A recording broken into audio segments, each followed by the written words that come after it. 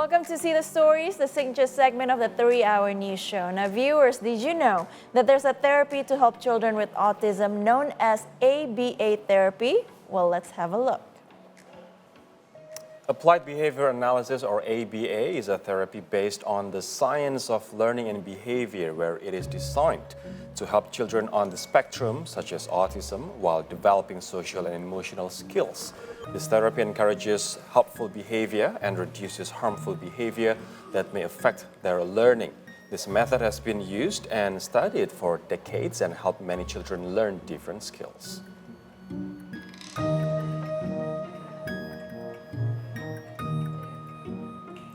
To learn more about ABA therapy, we now have on board board certified behavior analyst Felicia Soemarjono with us in the studio. Hello, Ibu Feli. Thank you so much for being here. Thank you for having me. Yes, and we can't wait to learn more about ABA therapy. So, first of all, can you please explain to us what exactly is applied behavioral analysis and what sets it apart from other therapy that are out there for autism? So applied behavior analysis, the most fundamental difference between ABA and all types of therapy for children with autism is that applied behavior analysis is actually a science. It is a science that tries to explain human behavior. And so its application is not just for children with autism, but it could also be applied to adults, for human resources department, as well as for example, in school, classroom management. So that's one of the most fundamental differences. And then the second one is that applied behavior analysis, since it is a robust science, it has the most empirically based evidence for treating children with autism. That's really interesting. So what are the core principles and techniques of ABA? I saw from your Instagram post that repetition and many other techniques, different techniques, you draw the arrow from one box to another box. Yeah. So what kind of techniques that you use? So, the behavior science has distilled for us a lot of very well vetted principles as well as techniques, but I'd like to highlight two that are most important. The first one is that there is a behavior formula. That behavior does not just appear out of thin air. There's always going to be an antecedent that sort of triggers the behavior, and that the behavior will produce a consequence. And then the second principle is that all behavior, when it is distilled down to its core, it has four functions. The first one is to get attention.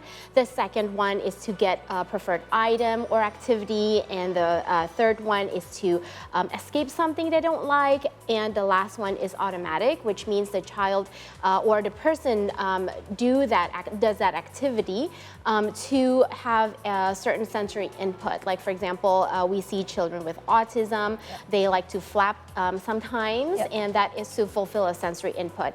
If we got bitten by mosquitoes, we would scratch ourselves to get a certain sensory input. Yep. Okay. Now, we're talking about children with autism. Every child is different, obviously, right? So how does the ABA therapy can be adapted to each children?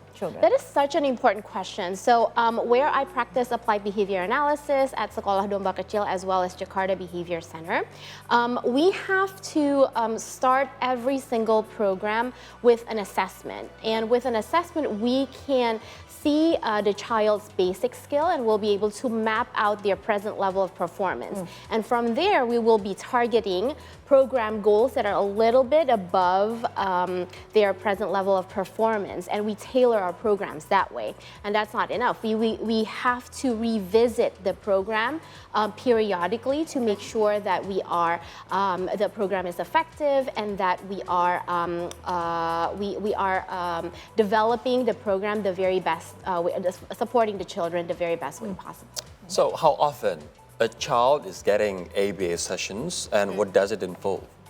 So it really depends on the child. Say a younger child though, for a rule of thumb, a younger child will need more ABA therapy because they are learning more basic skills such as communication, play skills, attending skills, whereas an older child who has already had all those skills under their belt, they can have less therapy because, for example, they are only learning, they only need support in, say, social interactions.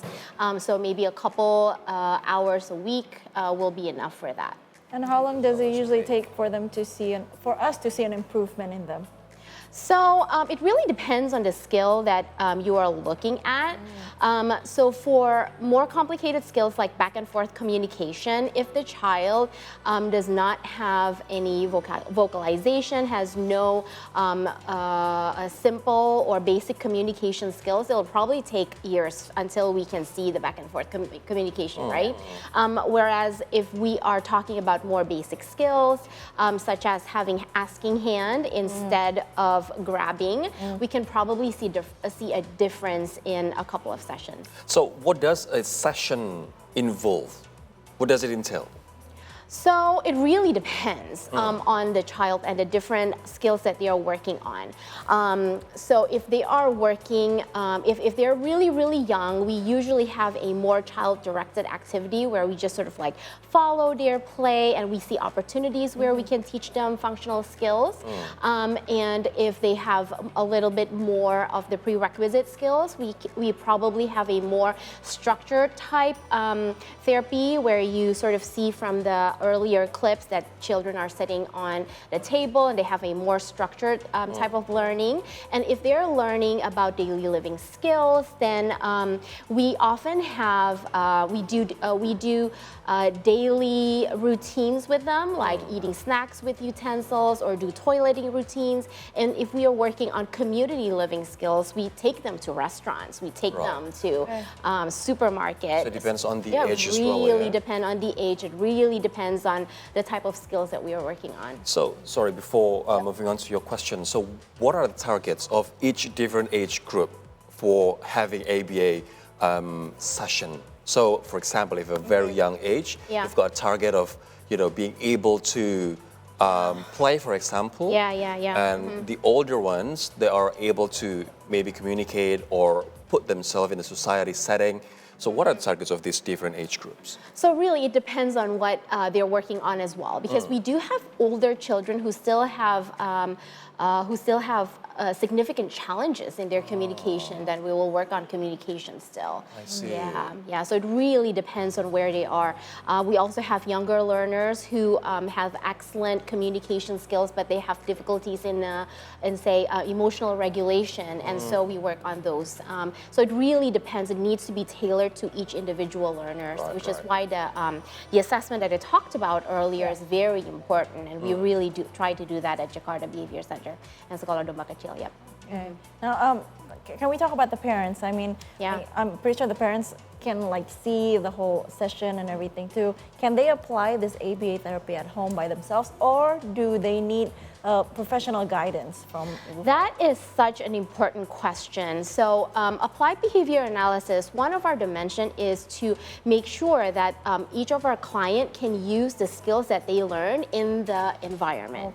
So therefore, it is imperative for parents, teachers, caregivers to be able to continue this practice at home. So absolutely.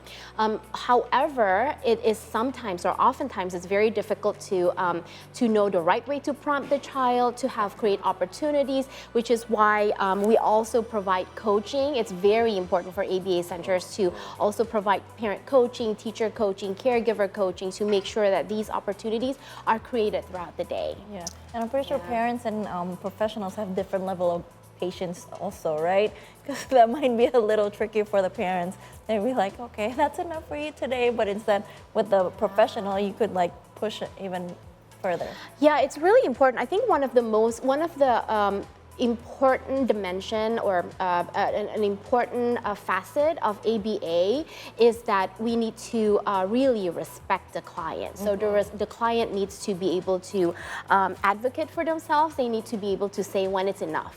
for them to have therapy, for example. I'm not giving you consent to touch my body, for example. And that is also something that we are, as practitioners, we need to make sure we pay attention to, and that we also teach parents. So instead of keep pushing their child, we actually oftentimes, contrary to what I think the public thinks, but we actually teach the parents to actually refrain instead of pushing as much. Yeah. Right. So you said that therapy is tailored based on each child's need, right? So can ABA therapy assist children with autism in transitioning, right, to regular education and employment? Would that be possible? Yeah, that is very possible, and it's such an important point to make. That's definitely one of our main goals for them to be able to contribute meaningfully for the community. And that is correct for about maybe 73% of the people with autism, the population of those with autism. We also have to be cognizant of the 23% that falls under the category of profound autism, and people can only be categorized under the profound autism category after they reach the age of 8, and these are individuals with IQ that are lower than 50, have significant communication challenges, and will require 24/7 support. So access to the community currently in Indonesia is still very difficult for people with profound autism. It's very few schools will be able to support people with profound autism. But again, I don't want to say never, right? As a society, we always have to strive to be more and more inclusive and provide support that these individuals deserve. What we're talking about is, children with privilege, right? Whose parents are able to afford to such school to, like teach them with autism curriculum and therapy of such. But what about people living, at the middle or middle lower level? Do they have the capacity to afford this, or is there any facility that the state is giving for children with autism with that kind of SES? That is such a good question. I don't think I know yet, which is why I create my Instagram account. It is free, it's accessible, and I try to phrase it in a way that can be understood by, I hope, people who are also living in remote areas of Indonesia. It's also only like 1.5 to 2 minutes, and so I hope that could be digestible for these people who are living in these pockets of Indonesia. So if there are anyone who's also watching this this segment and have questions, I answer questions on my DMs as well, and so I welcome that. Okay, show us your Instagram account, Fel. The hashtag, the handle. The handle is belajar BLAJAR, and we'll just repeat that.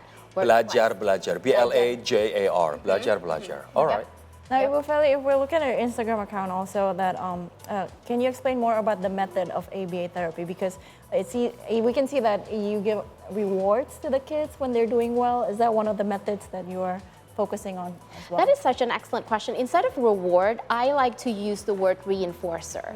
Because a reinforcer is something that we give to the child upon after they've done their that behavior, the task that we give them, and it is shown that in the future it will increase the probability of that behavior repeating.